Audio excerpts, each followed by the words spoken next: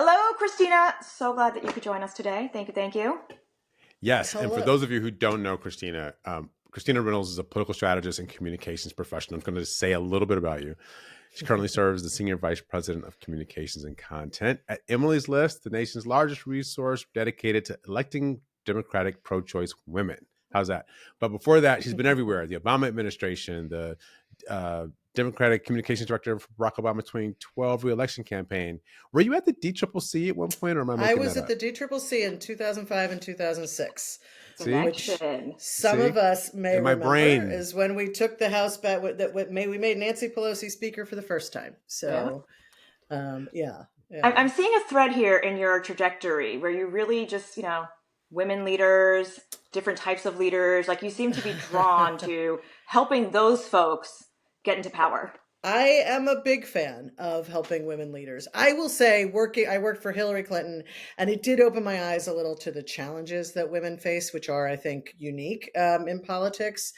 And I've been so grateful to be at Emily's List and then to be there during this crazy 13 weeks or so when the world changed and when, knock on all the wood, I think we're going to make some history. And it's going to be very exciting. But I am drawn to, Democratic leaders. I'm drawn to sometimes the underdogs, but people who have good fights to fight. So. Yeah. We worked together on the Obama campaign, and that was certainly one where all sorts of different issues of identity popped up in politics. Yes. Just a few. Yeah, just a few. Christina, where are you from? I just trying to remember that. Where are you from? So I am a Marine brat. I am the daughter of a Marine and a teacher, which it impacts my politics quite a bit. And so I lived everywhere. But I like to say I get to choose my hometown because I moved so much. Yeah. And I choose North Carolina, the whole state, as my hometown. And, we're a battleground state this year. So it's pretty exciting to get to talk about that. Yeah, you've been in and out of that place. Yeah, it is exciting. Look, I'm happy to have you here because there are very few people in Democratic politics who've done all the many things you've done, but also have a good head on your shoulders, right? Like somebody who's not, who's not just going to come at it from, a really esoteric place.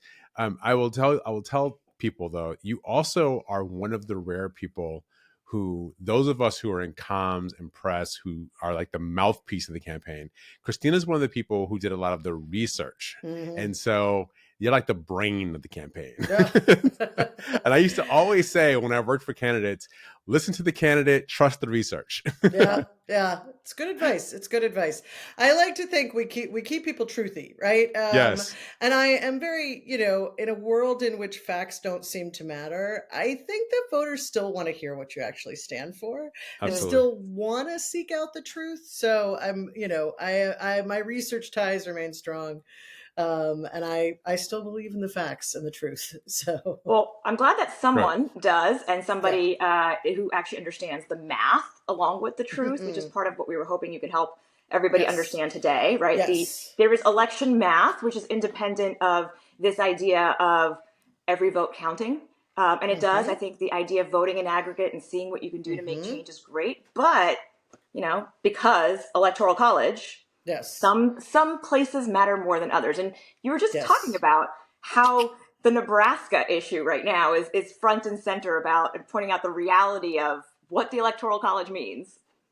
Yeah, it's, for those who missed it, the Republicans tried to argue Nebraska is one of two states in this country that actually that divide their electoral votes based on their congressional districts. And so you can split the state effectively. And what has happened recently is the area in Omaha tends to be a more Democratic area. And so Democrats pick up an electoral seat there in what is traditionally viewed and historically been a red state. So that's really important because there you go, there's Nebraska.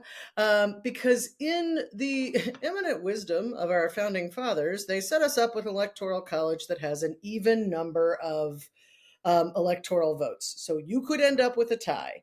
Anyone who's watched Veep probably understands this better than we learned in history. Watch Veep. I lived Veep. Okay, I know. It's true. But I think So what happens is you get the electoral votes by state, except in Nebraska and Maine. And in Nebraska, because Democrats pick up that one vote, because the math, it's not that hard to get to the math where that one vote gets Kamala Harris to 270, Donald Trump said, aha, we need to change this then, and put pressure on Nebraska legislators and the Nebraska congressional delegation to change it so that Nebraska was a winner-take-all state. And my argument is, you believe in winner-take-all? Let's make the whole country winner-take-all, right? Let's say the candidate with the most votes wins the presidency, which historically, by the way, in the last few cycles has not always been the case. Some may remember when Hillary Clinton won millions more votes and narrowly lost the Electoral College.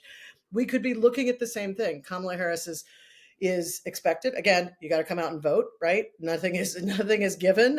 Those you have to actually make the votes. Polls don't vote. But Kamala Harris is widely expected to win the popular vote. The question will be likely a handful of votes across what are considered the sort of 7 battleground states. And the truth is, you mentioned Hillary Clinton's in 2016, but Al Gore in 2000, right? The Democrats have won the popular vote in every election since 1992, except for George W. Bush's reelection in 2004. So this is clearly tilted against the majority of the country. What was funny, when you listen to Republicans talk about this, I was with a Republican pollster at an event maybe 10 days ago, and he said to me, or he said to this group, well, if you take out New York and California, Republicans win the popular vote. If you don't count the votes that I don't like, then we win, right? It's easy. Like those people aren't state, right? Let's just like those people aren't American. Take out the entire Western seaboard that we call one state, which it happens to be one of the top economies of the world on its own. Just let's not talk about that or count that. Millions of but there's people a different way. Yeah, and by the way, I mean those people are Americans. 100%. So let's not voters. That. Yes. Right. Yeah. Well, there's based on how some of the conversation is going, just being a legal American may not be good enough anymore. But we'll get to that a little bit later. Some of what's being said in the election circuit right now. Christina, what is then the math or what they call the path to victory for Kamala Harris? Like, what states does she need? So we talk about a number of different states when we talk about the path to victory. And if you consider that all but those 7 sort of fall where they have fallen in the last few elections, then there are a couple of paths to victory for Kamala Harris. The first is what is sometimes called the blue wall. These are states that prior to Hillary Clinton had gone Democratic for decades. And that's Wisconsin, Michigan, and Pennsylvania. And it is worth noting in 2016. Wait, we said Wisconsin? Wisconsin. There you go. Pennsylvania. Pennsylvania. And Michigan. So that's the blue wall. Yes, that's the blue wall. And it is worth noting that those states, if I believe it's somewhere along the lines of 66,000 votes across those states had flipped in 2016, Hillary Clinton would have been president. 66,000 sounds like a large number. It's not. I want to break that down. And if you follow, the state party chairs in these districts, Ben Wickler in these states, Ben Wickler is the Wisconsin chair. And he's noted, I believe it only would have required 1 or 2 votes a precinct in Wisconsin to flip. And Donald Trump would have won Wisconsin in and for context, a precinct is essentially the one polling station that we all go to, right? So that's correct. Where you go to vote, if one person, yes, that's it. Yes, and it could be your neighbor. Yep. Then Wisconsin would have gone for Hillary. So when you think about that, that's not that much. It's why you'll see there's a lot of attention in Pennsylvania. Pennsylvania has the most electoral votes of all of these 7 states. How many does it have? It has 19. So 19. Okay. And so that's considered, Pennsylvania is considered the ball game, but I'm going to tell you can get to the math a number of different ways. But Pennsylvania is a big state. And the challenge here with these states, or if you look at them, by the way, all 3 have Democratic governors doing great work. two of the three currently have a trifecta. The legislature, Michigan and Pennsylvania, the legislatures and the governors are Democrats, and they have done great things with that, right? Gretchen Whitmer and that Michigan legislature did amazing progressive work, including protecting abortion rights. Right? They've taken those majorities, and they've done good stuff with them, and they remind people of that good work. Whitmer, Shapiro, still very, and I believe Governor Evers, very popular in their states, and so that's a good thing for us. Hopefully, reminds people of the good work Democrats can do. Wisconsin is a little different in that the legislature is Republican. And so they have a split, little things are a little different there. But in all of those states, you have different areas. You have some that are very rural that tend to be more Republican. You have some that are suburban and urban. So, you've got a Milwaukee, and then you've got a Madison, which is a college town. You've got Detroit, and then you've got broader rural areas that are more conservative. You've got that split really across all of these 7 states. And so where they focus their votes, where you get turnout and where you can minimize the loss, it happens in different areas. It's why we're seeing different stops for the different parts of the ticket. So you may have Kamala Harris in Detroit, but for example, tomorrow the reproductive bus tour is in Grand Rapids. You go to different areas and try and hit those media markets. So that's the blue wall. Right now, polls are all over the place. And I like to remind people, polls are a snapshot in time. They are a guess, right? You're extrapolating from several hundred to 1,000 people what you think millions of people will do. But fundamentally, they're what people are saying right now that they think they will do in 6 weeks or in less in the case of early vote. And so we have to go make it happen, right? Yeah, well, as opposed to, right, polls, like how they actually feel when it's raining outside, potentially snowing, or, something came up at work. That's and this idea of the building up the enthusiasm to go vote. All right. So continuing though with this. So that's one path. Yeah. One path. Yep. I think some of the pundits would tell you that Pennsylvania is thought to be the tightest of the 3 of those, the one that is most likely to flip back to Trump. And that's a loss because obviously that's 19 electoral votes. Because I believe if she wins that blue wall and she wins Omaha, which thankfully Nebraska is keeping, the way it is. If she wins all of those, she gets 270, which is exactly what she needs.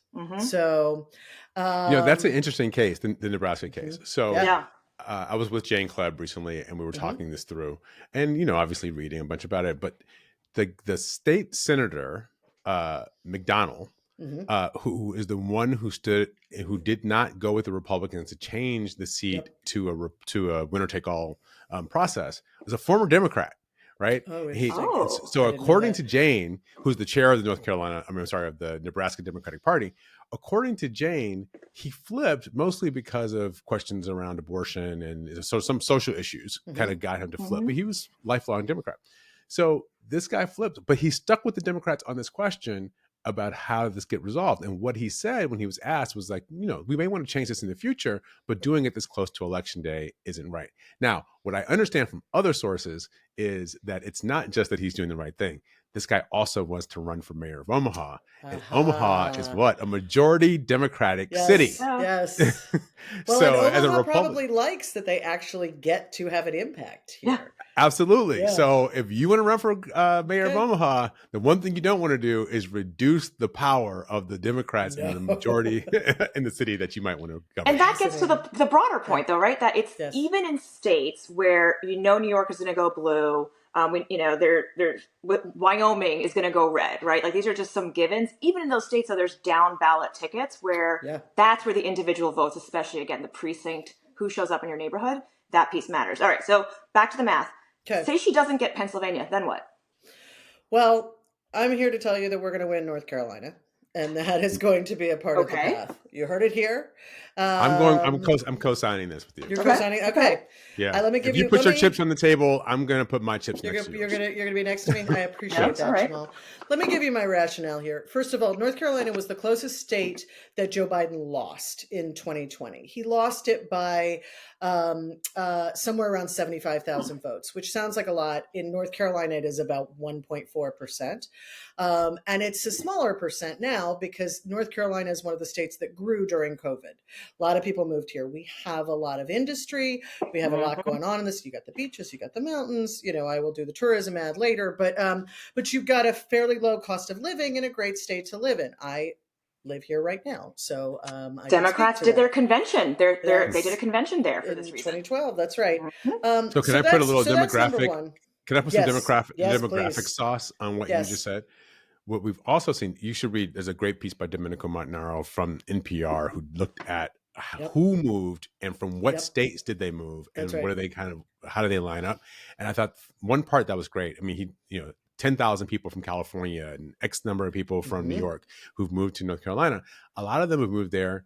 They work in the finance industry, right around Charlotte. They work in the Research Triangle area, right? A lot of tech growing there, pharma, Absolutely. And so what you're seeing are college-educated whites who are moving from perhaps more progressive states into a state like North Carolina for lifestyle and family reasons and financial reasons, work, employment reasons. And now throw in and the they're Central changing American. the demographics.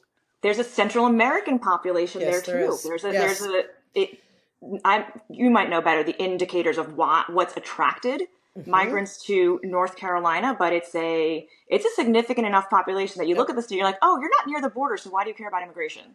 Yeah, but and so what's happening though is interesting. I want to stick on the non-college, the college-educated whites for a second.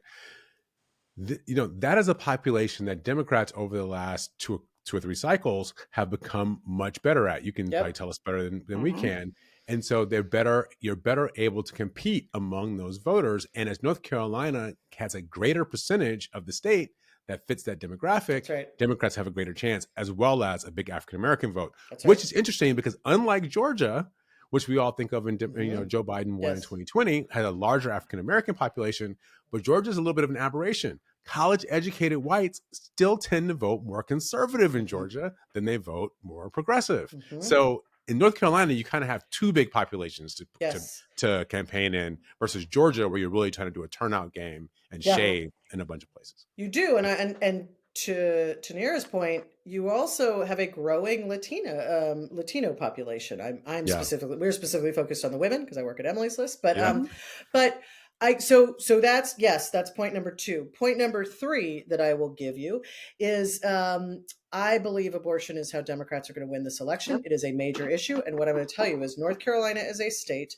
where, because one legislator flipped parties, Republicans got a supermajority, and over Governor Cooper's veto, they passed, and then were able to finalize a new abortion ban. It is incredibly unpopular in this state. What is popular in this state is Governor Cooper, who won when Hillary didn't, and won re-election again when Biden didn't win the state. Governor Cooper went around and campaigned on this bill, on stopping the ban, on calling your legislators, on doing all the things. Governor Cooper does the work. This is someone who knows Kamala Harris personally, who really tells the story well. And he talks about abortion. I will tell you, again, I work for a lady group, so I don't talk about the dudes that often. But what I can tell you is, what's a really great thing is to hear an old rural Southern white guy talk about abortion in very compelling terms, and he brings people in. So I think that's going to matter. Governor Cooper's work is going to matter. We have a state party chair who is 26 years old, which I got to tell you makes me sad when I say it. But she has phenomenal energy. She also has she comes from a rural area. She is a field organizer, and she has, with the help of obviously the Harris campaign and the party, they have built the biggest field operation this state has seen since 2008, which, as Nayyera will remember, because I used to ask about it every day on the Obama campaign, the Obama campaign won. Yes. It's the last time Democrats won North Carolina federally. So we have that going for us. But now you're Another there. Now thing, you're there, Christina. now That's I'm going to make here. all the I know. difference. That's all the difference. Let me tell you one more thing, which is I mentioned we lost it by 75,000 votes. I heard a thing today. Our primary was after Nikki Haley dropped out of the race. She still got 250,000 votes in the Republican primary. So 250,000 Republicans who, at a point when she was no longer running, still wanted to say not Trump. And so those are people who I think are open to potentially considering. And when you consider, considering the Democrats, considering Kamala Harris, and when you consider what just happened this past week at the top of our ticket with the governor, I think this state is in a different space. And I think you can see it by the visits. So that would be 16 electoral votes. That's what I say. But you're missing the 3. You're still missing 3 that you would have got. So what that means is basically what happens is if you lose Pennsylvania, you have to win Nevada and one other one. So, or you can win any 2, but Nevada, which is a little smaller. Georgia or Arizona, right? Yes. There's Nevada. And Nevada has fewer electoral votes. How many is Nevada? 6. Six. Now, Nevada plus something else. I spent a lot of time in Vegas doing electoral math. I was there doing electoral math. Yes. Vegas, Nevada in general, yet again, huge Senate race. We feel good about right now. That's Jackie Rosen. We've got a lot of electoral stuff happening. Fun fact about Nevada, it is the only state in this entire country with majority women legislature, which is, we are a majority of the voters, but there's only one, and it's Nevada. It is a purple down the middle state, and 2 women senators. That's right. It is a purple state, but it is one where the campaign is certainly doing the work, and we feel good about it. All right, so Christina, polls, right? Yes. So Christina, we're going to have to go, but I want to ask you one question before we go, because this is, I think, a big question. I hear this all the time when I'm talking to family members, when I'm talking at events. People want to know the question. Answer this question. What's happening with the white women? Right? Oh, so 2016, we're the worst. Hillary Clinton wasn't able. No, listen, some of my best friends are white women. Sure. But Hillary Clinton in 2016, Donald Trump wins more white women in 2020 than he does in 2016. Are we on track to see that trend continue in 2024, or have we gone back? Are we turning the corner? A couple things. No, I think we will still see not as many as I would like, but I think that Dobbs changed everything. I think that what we have seen for suburban women, for independent women, for those white college educated women, they understand what's at stake now. We saw this in our polling at Emily's list was, you tell people Donald Trump could overturn Roe, and they think that's a bad idea, but they don't vote on it because they don't believe it. Yeah. When it happened, they were like, uh-oh. And now they have a better sense of what's happening. That's impacting Republicans. This is the reason that Donald Trump is trying to convince people he won't actually sign, no worries. This is the reason you have Republicans doing the same thing. The polling is real. The change is dramatic. And I think that when we keep, hammering this issue, voters, white women, that it helps quite a bit. Awesome. Great. So this was great. We had a little electoral math. We answered one of the big hovering questions over the electorate. We got to spend some time with our good friend, Christina Reynolds. Thank you for being here. Great to see you all. Sorry for so much North Carolina, but come visit me. You can love see that for yourself. I like, I'm one of the people who loves North Carolina barbecue sauce. It's a controversial topic, this North Carolina barbecue sauce. Well, vinegar there's, versus... there's even 2 types of barbecue here. So you got to, these are tough choices that you have to make. I know. I like to go do a taste test. We'll have to come down there and come on down and do it together. All right. Thank you so much. Jamal, this is what I found so fascinating about the election math that Christina was talking about, and how it connects back to what we were just talking about, the browning of America. The idea that we have 41 million new voters. By this election, the majority of the voting population will actually be under the age of 45. It always used to be, seniors vote and young people don't. But Taylor Swift overnight registered 300,000 voters. I doubt they were in their 50s, right? so this new population that we have, and it's more brown. America's going to be majority minority by 2040. All of that is playing into which states are being focused on to limit access to the ballots. It's this idea of immigration in North Carolina, of Latino votes in Nevada and Arizona. It's all connected. Yeah, it's absolutely all connected. And I got to tell you, it is. It's one of the things that worries me, right? Because as the country changes, we've never really seen a democracy that's gone through this kind of diversification at the same time. And as the country changes, there are people who are really bought into the old America. It's like, the old America, we just can't quit you, right? This idea that, this 1950s Harriet, Ozzie and Harriet America. I didn't even watch Ozzie and Harriet, even in reruns. But I've seen these images of, the little family like sitting at the table doing whatever with the house coat. Like, this is not the America that most people have grown up in, and we just don't know it. I mean, I always think about the 1950s and 60s. The only diversity on television at that point, other than like, I don't know, Amos and Andy or something, was Lucy and Desi. Right, was I Love Lucy show. Yeah. And on that show, it was an interracial marriage, but they never kissed, and they didn't even sleep in the same bed. Right, so they were only really married like it's some big concept. And Desi Arnaz today would be checking the box white Hispanic, right? When you have like the ethnicity, which one are you? Like, clearly that's a Cuban American thing that he'd be doing. It's, how we count people, how we judge people, how we self-identify, all of that does play out. And of course it's playing out in our politics. The one that really got me from this week, and I mentioned it in our conversation with Christina, JD Vance, right? He's really like riled up at this rally, and he talks about they're legal migrants or illegal. It's like, you know what? I don't even care if they're legal.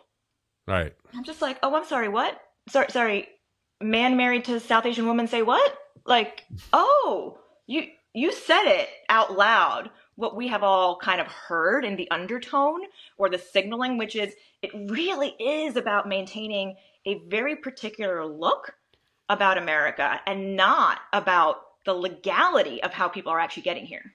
And just remember, the guy that Vance works for, Donald Trump, has been saying this for years. People just didn't think he was really serious about what he was saying. One of the first things he did when he was in office was the ban at the airports, right? Was the travel ban. The second thing that he did when he was in office was that the child separations on the border, where he was putting kids in cages on the border, and there were people who were like showing up yelling at those of us who were unhappy about it, saying that we were wrong, right, for being upset that we were separating kids at the border. And Donald Trump said he wanted to limit immigration from what he called shithole countries. Those shithole countries happen to be places where black and brown people lived. Mm-hmm. And he wanted more immigration from places like Norway. Interesting. Less from Somalia, more from Norway. Well, so let's fact check a little bit of Donald Trump there. Of the immigrant populations in the United States, the population that has contributed most to the economy with high salaries, the highest educated population, Nigerian Americans. It's actually not, people think Indian Americans, they're up there on the list, but it's Nigerian. And he banned migrants from that country, right? Somali immigrants, many gathered in Minnesota. It's leading to the diversity and the democracy of Minnesota. That's why he was triggered by Somalia. So these are all come back to the idea of how America looks, but also what could potentially keep a certain class in power for the future because they're afraid of where the population is actually going. So at the end of the day, Nayyera, I think from our conversation with Christina, from the stories that we've talked about today, this is a real question about how we wrestle through this election to make sure every American's vote counts, and that people of color in particular have their votes counted, and that we aren't embarking upon some second Jim Crow type style governing where we are limiting people's ability to have their votes counted in some of the most important ways in the most important elections. I think that's what the Trump forces are up to. And I will just end it with this thought then, Jamal, that voting is the most fundamental right that we are given in the Constitution. This is the way that we are told that we are able to elect the people who will help govern and keep us together. So yeah, every vote counts, and we should make it easier for people to access the ballot and be heard. All right. Well, I want you to be heard on this particular podcast every week. So I want people to listen. Tell some friends about it. Come and check us out. We are here to keep talking about this. So tell all your friends to come and check out Trailblaze.